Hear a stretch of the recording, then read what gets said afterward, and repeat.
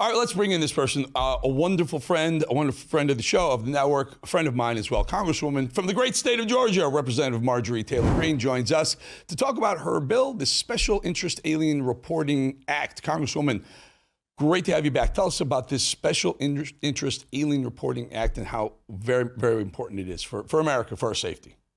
Yes, it's extremely important and more important now that we saw what we saw happening between Iran and Israel. Basically, over the past 4 years, the Biden administration allowed millions and millions of people in our country, and some of them are known to be special interest aliens. These are illegals that come from countries of concern, countries like China, Syria, and Iran, ironically. And the Biden administration let in a whole bunch of these special interest aliens, but they never reported the numbers. And we have not been able to do oversight on those numbers. So my bill, we're supposed to have a vote on that later today, which I'm excited about.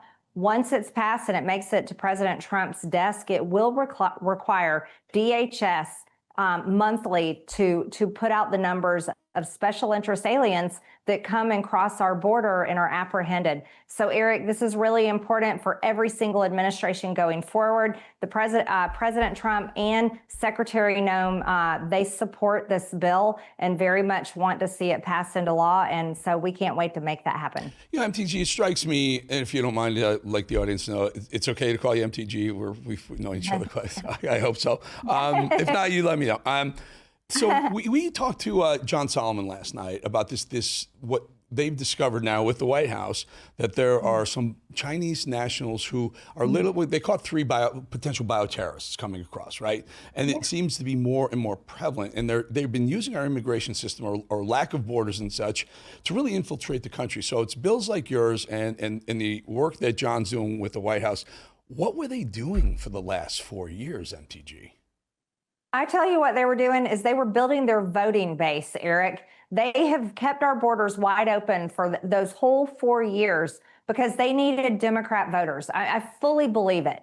I mean, I know some people may think that sounds crazy, but I am completely convinced that in listening to my Democrat colleagues and the ridiculous things they will defend for illegal aliens, even Jamie Raskin was on the House floor just an hour ago when I was sitting in there, and he was defending illegal aliens that got DUIs and saying they shouldn't be deported.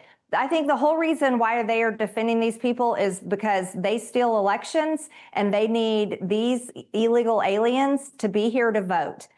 Because we know once we can deport many of these illegal aliens, the criminals, rapists, cartels, we know once we get these people out of the country, America will be safer, and I'll argue that we'll win more elections. We'll win more. The country will definitely be safer. My concern, though, is that, you know, one day it won't be President Trump and Marjorie Taylor Greene, you know, kicking ass in Congress.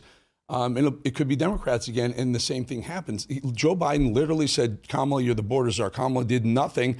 And they had that Mayorkas guy just sitting there saying the border's fine. There's no problem at the border. I think most of the people watching right now, MTG, would like to see one, if not all 3 of those people, at least brought in front of, you know, House subcommittee and testify what the hell were they thinking that the border was closed. Yeah, I'll go a step further. It was my articles of impeachment of Secretary Alejandro Mayorkas that passed in the House, and the Senate, led by Chuck Schumer at the time, refused to hold a trial with my articles of impeachment for Alejandro Mayorkas. That was literally just last year. Here's what we need to do. It's time for Mayorkas to face charges. What he did to our country is unforgivable, and he should be held to account for those crimes that he committed against our country and the American people, because Americans are dead today because of Secretary Mayorkas's failed leadership. I'll name one. I name her all the time, Laken Riley. She would be alive today had we have had a secure border like we have today under the leadership of Secretary Noem and Tom Homan, and thankfully under President Trump. 0 crossings in May is something we should be saying every single day, and that's why Americans will not be killed because of the great work of this administration. Well, yeah, and again, we'd love to see some perp walks. You see one perp walk and maybe they don't do it the next time around. MTG, the talk of the town where you are, or, well, I guess you're in Georgia, but the talk of the town in D.C. right now, the big beautiful bill. Trump's going to have an event this afternoon. Tell us the big beautiful bill. Where do we stand? I know it's in Senate, but tell us, is there any holdups that you're seeing? Well, I have to tell you, the big beautiful bill has so many things in it I love, especially the tax portion of the bill, the energy portion of the bill, and the massive amount of funding that it will give to ICE to hire new ICE agents, funds the wall to be built completely and to be finished, and helps Border Patrol out. Here's the problem, though. The deep state lobbyists here in Washington, D.C. have snuck in multiple poison pills into this bill, and the Senate was supposed to take them out, and there's problems happening over there right now. I'll bring one up that I am completely against, and I am a no on this bill unless they get this thing out. And that's the AI moratorium on state rights to be able to regulate and make laws on the future of AI for 10 years, Eric. That's outrageous. That's something that definitely needs to be fixed. And I'm glad to see other senators speaking out about it, and they're coming out against it, as well as 40 state attorney generals sent a letter and said, take this out of the bill. President Trump never campaigned on that, not once. That is not his agenda. But there's also bad things happening. The Senate parliamentarian who was chosen by Harry Reid, former Senate Democrat, she stripped out these incredible provisions we had in the bill to stop taxpayer funding of sex changes on children and to stop taxpayer funding in Medicare and Medicaid for illegal aliens. And she stripped that out earlier today, and that means that money would continue funding so sex MTG, help me changes out. on children. Help a poor TV host who clearly has spent zero time in the swamp. How does a Senate parliamentarian have that much power to pull something out of a bill? Exactly. Eric, exactly. You said it perfectly. That's what every single regular person across America would say. How can this unelected bureaucrat, it's called a Senate parliamentarian, be able to strip those things out of the bill? And the answer is she absolutely should not. And that's why Leader Thune needs to fire her. He has the ability to fire her, and he should do it today. He should do it immediately, replace her quickly. Let's move on and let's pass the president's agenda. It's just it's jaw-dropping that this person has the ability to do. I mean, is it really written in the bylaws that the parliamentarian can alter bills that are literally on their way to the president? Well, the Senate parliamentarian has the ability to use something called the Byrd Rule. And the Byrd Rule is used to take out anything of substance in the bill that is not under the rules of reconciliation. And I know that's very nuanced and annoying, but I will tell you, it is nuanced and it's annoying, and that's part of the problem with Congress. This is all these rules that Congress has put upon itself for years and years and years has crippled Congress, the House and the Senate, to be able to actually serve the American people. So under the rules with the Byrd Rule. This feels like the activist judges telling Trump what he can and can't do with deportations. Yes, it is. It's like a far left activist serving as an unelected bureaucrat and undermining President Trump and the people's agenda. You called it. This is insane. The Republicans have the House, the Senate, the White House. You have the vast majority across, state houses as well. Let's fix this. MTG, let's fix this. Yep. Needs to be fixed. Well, everybody call Leader Thune and ask him to fire the Senate parliamentarian.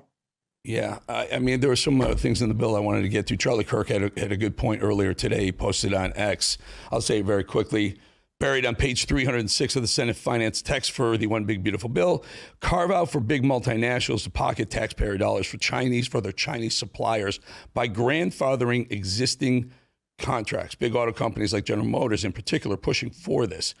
And it basically says that whatever the bill does or will do going forward, if GM or some of the other auto companies have deals with China, they'll be grandfathered out of whatever rules or regulations they may find with this new bill. Quick thought on that before we let you go. See, there's another poison pill. That's exactly what I'm talking about.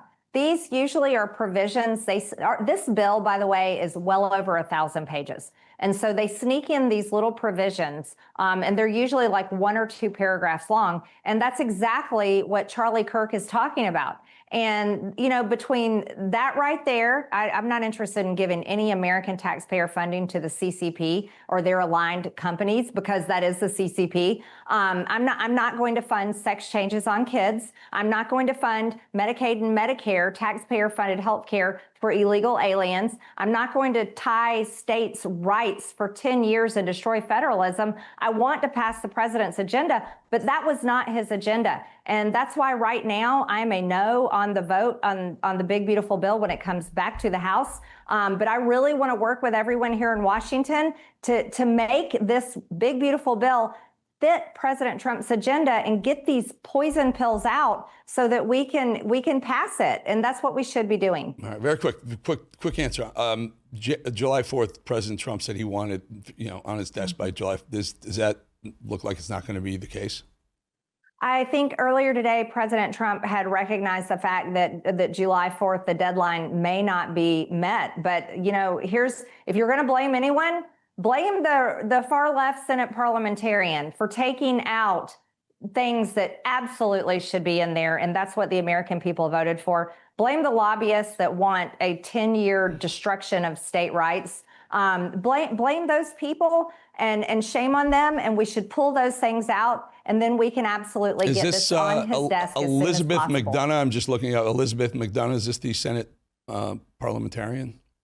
Yes, that's her. And, you know, just historically speaking, the leader of the Senate can fire the Senate parliamentarian. It was done in the Senate some years back in recent times. So she's been the incumbent since 2012. And as you pointed out, Harry Reid appointed her. So, hey, you know what? Yeah. 13 years, nothing like a change every 13 years or so of the Senate parliamentarian. And let's get a Republican in there, huh? Or get a Republican appointed parliamentarian. A Republican-appointed Senate parliamentarian. That just sounds too easy, doesn't it? It makes just too much common sense.